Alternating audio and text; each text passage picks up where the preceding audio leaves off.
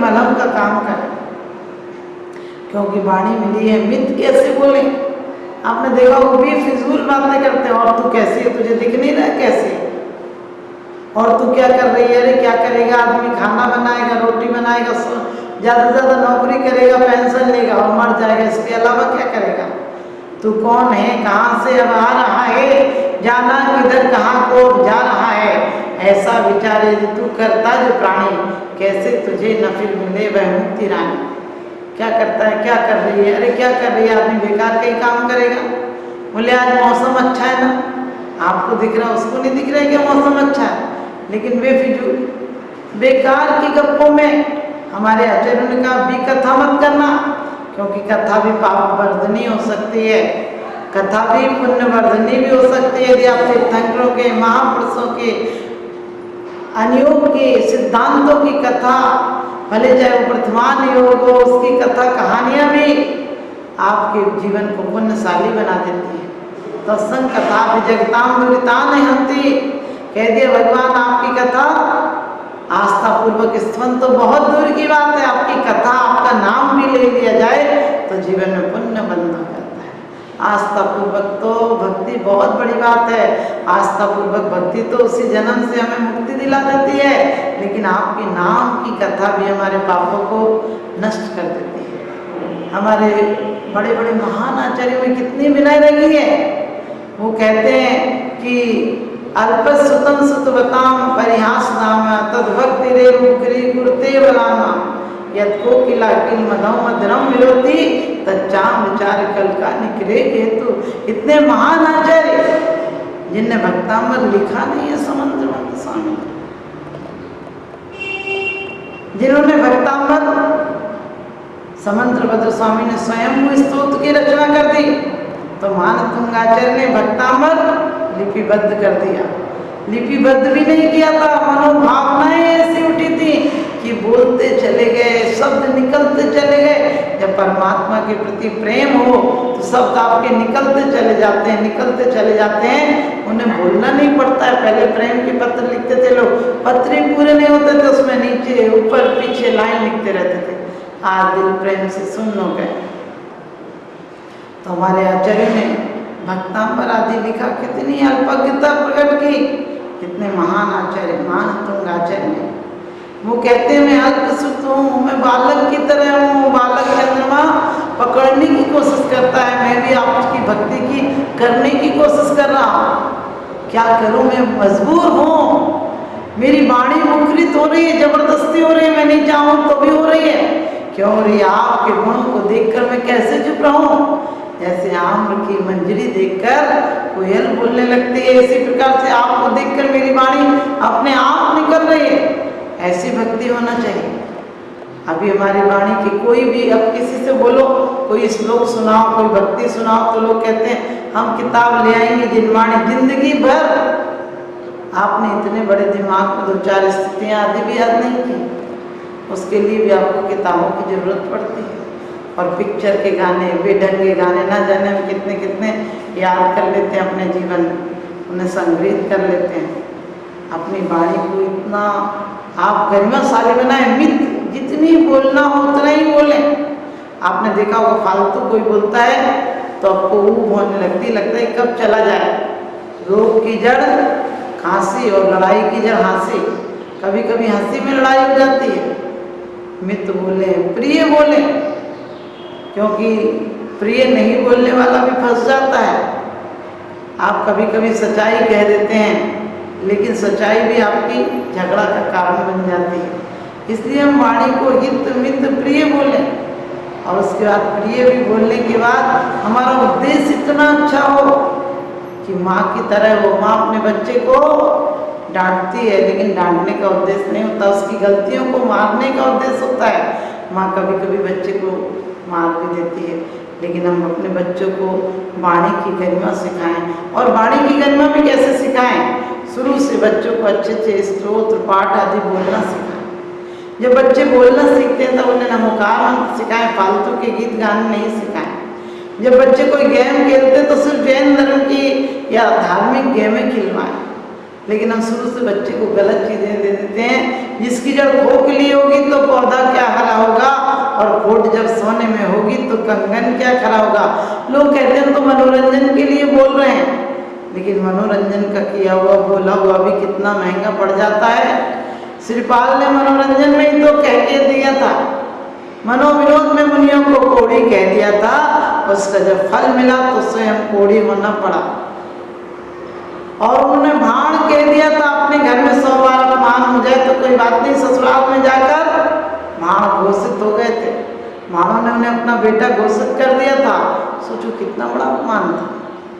सीता के जीव ने थोड़ा सा उपहास कर दिया था, कितना परिणाम भोगना पड़ा। सिर्फ वाणी से भी जरा जरा सी गलतियों के कारण हमें कितना अपमान भोगना पड़ता है, इस जन्म में भी और उस जन्म में भी। क्योंकि वाणी से भी आश्रम होता है, तो हम अपनी वाणी को कम से कम परम रूप में तो अभी इस जन्म में नहीं पा सकते हैं।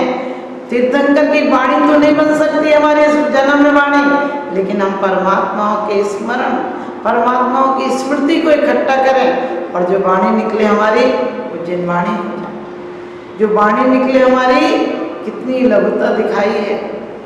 हमारे आचार्यों ने समय सार में कहते हैं, यदि मैं चूक जाऊं तो तुम छल ग्रहण मत कर लेना। कल्याण मंदिर में कहते हैं कि मैं उस उल्लू की तरह हूँ, उल्लू के बच्चे की तरह हूँ, जिसे दिखता नहीं दिन में, लेकिन फिर भी मैं दिखाऊंगा।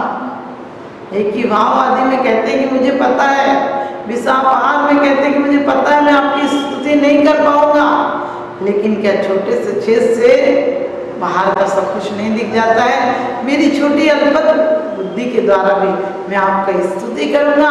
अपने जीवन में नियम बना लो कि अपने परमात्मा की 2, 4, 6 घंटे में से कम 10 मिनट टाइम निकाला करो।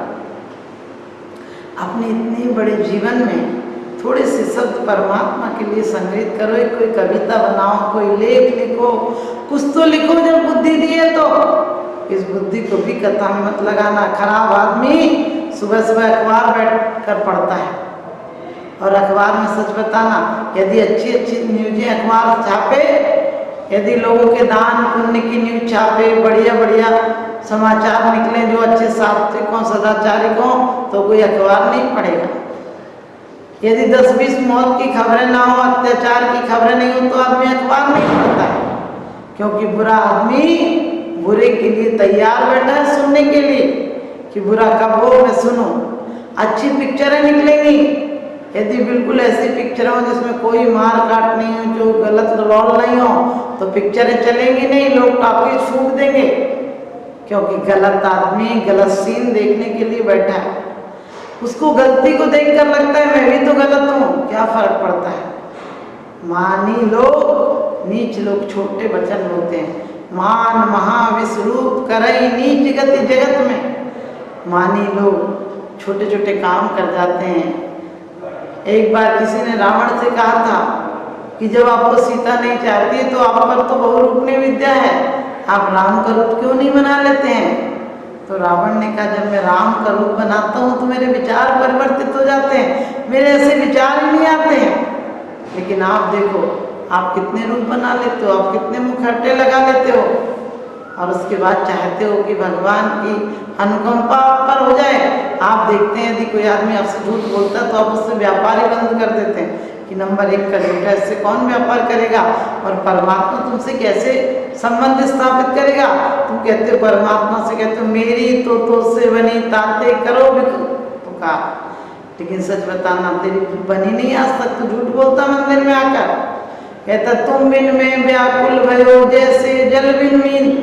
और धोखा भी किसको दे रहा है, जिन्हें सब कुछ दिख रहा है, तेरे अंदर का भी दिख रहा है। तो अपनी रिश्तेदारी में जाता है तो बड़े ठाठ से जाता है, तो अपनी रिश्तेदारी में किसी रिश्ता करने जाता है तो बढ़िया से बढ़िया कपड़े और मिठाइयाँ लेकर जाता है, और वहाँ जाता है तो बड़ी विनय से बोलता है, मुस्कुरा कर बोलता है।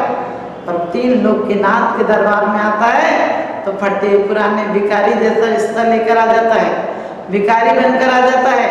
परमात्मा ने तुम्हें कुछ देता है तो तुम्हें परमात्मा सच्चा लगता है, नहीं तो परमात्मा भी झूठा लगता है। ध्यान रखना, परमात्मा के दरबार में आओ तो 1 नंबर का होकर आना, अच्छे वस्त्र पहन कर आओ। तेरा तुझको अर्पण क्या लागे मेरा, परमात्मा तूने इतनी अच्छी जिंदगी दी है, सब तेरा अनुग्रह करने के लिए।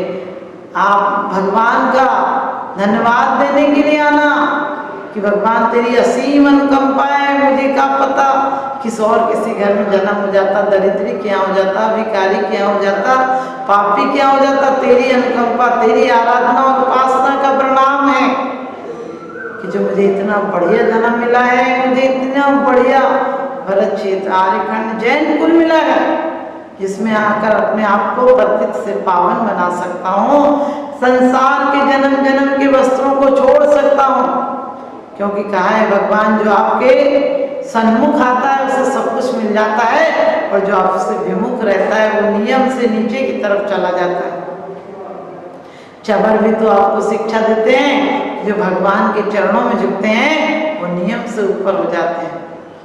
कमल भी तो आपको, पुष्पवृष्टि भी तो आपको शिक्षा देती है कि जो परमात्मा के चरणों में आकर पड़ जाते हैं उनके मुख ऊपर हो जाते हैं, वो ऊर्ध्वगामी हो जाते हैं, नियम से ऊपर ही जाते हैं। और जो परमात्मा से विमुख होते हैं उनके कर्मबंध ऊपर हो जाते हैं, यानी वो कर्मबंधों के भार से दब जाते हैं, उनके मुख नीचे की तरफ हो जाते हैं।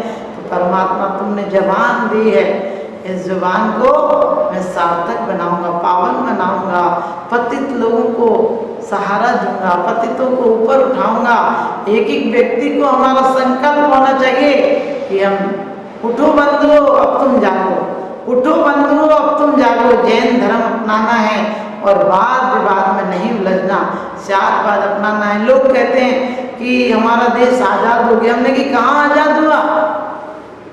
अंग्रेजों के जाने से अंग्रेजी नहीं चली जाती। आपकी मानसिकता आज भी विदेशों के प्रति आकर्षित है, आपका नंबर 1 का माइंड विदेश चला जाता है, क्योंकि यहाँ की पढ़ाई लिखाई डिग्रियों को आप महत्व नहीं देते हो। आप वहाँ की डिग्रियों को, वहाँ के आपके बुद्धिमान व्यक्ति को वहाँ जाकर ज़्यादा पैसे मिलते हैं, इसलिए वहाँ चला जाता है। आज अंग्रेज चले गए, लेकिन अंग्रेजों के लिए तो कई चीज़ें हमें वैसे दी भी है विरासत में, अच्छे अच्छे पुल दी आदि बन रहे हैं। लेकिन आज हमारा भारत का आदमी देखो, पुल बनने के पहले ढह जाते हैं, कुएं बनने के पहले पुल जाते हैं, बनते ही नहीं, कागजों में बनते हैं। अपना पेट आओ हम न जाने खाओ। हम भगवान को भी वैसे ही समझते हैं, अरे भगवान तो मोक्ष मार्ग के नेता हैं। हम लोग कहते हैं मेरे अवगुण न चितारो प्रभु अपनो विरध निहारो। किसी अफसर से कह के देखना कि तुम्हारा साइन करने का काम है, तुम मेरे तरफ मत देखो, उस दिन तुम्हें अंदर करा देगा। लेकिन 3 लोग के नाम जो गटगट के वासी हैं उनके सामने भी कितनी बेईमानी से चले आते हो, सिर्फ 2-4 स्तुतियाँ पढ़ते हो, फिर इतना ही नाता है। आज हमारा मंदिरों से सिर्फ इतना नाता है, मंदिरों में सुबह सुबह आते हैं और 23 घंटे बेकार जीते हैं। आदमी बहुत बेईमान हो गया, अपने रहने के लिए बड़ी बड़ी कोठियाँ बना लेता है, एक एक व्यक्ति अपने रहने के लिए एक एक मकान बना लेता है, लेकिन पूरा समाज मिलकर एक मंदिर बनाता है और मंदिर में भी 23 घंटे नहीं आता, 1 घंटे के लिए आता है। और 1 घंटे भी ऐसे आता है जैसे फरमाइशों की लिस्ट लेकर दफ्तर में आया हो, अपनी फाइल पर साइन कराने आया हो। सोचना ऐसा धर्म कैसे धर्म हो सकता है? ऐसी जिंदगी कैसे बंदगी हो सकती है कि जहाँ आदमी 23 घंटे तो मरा सा रहता हो और 1 घंटे सांस ले, उस व्यक्ति को आप जिंदा कहेंगे क्या?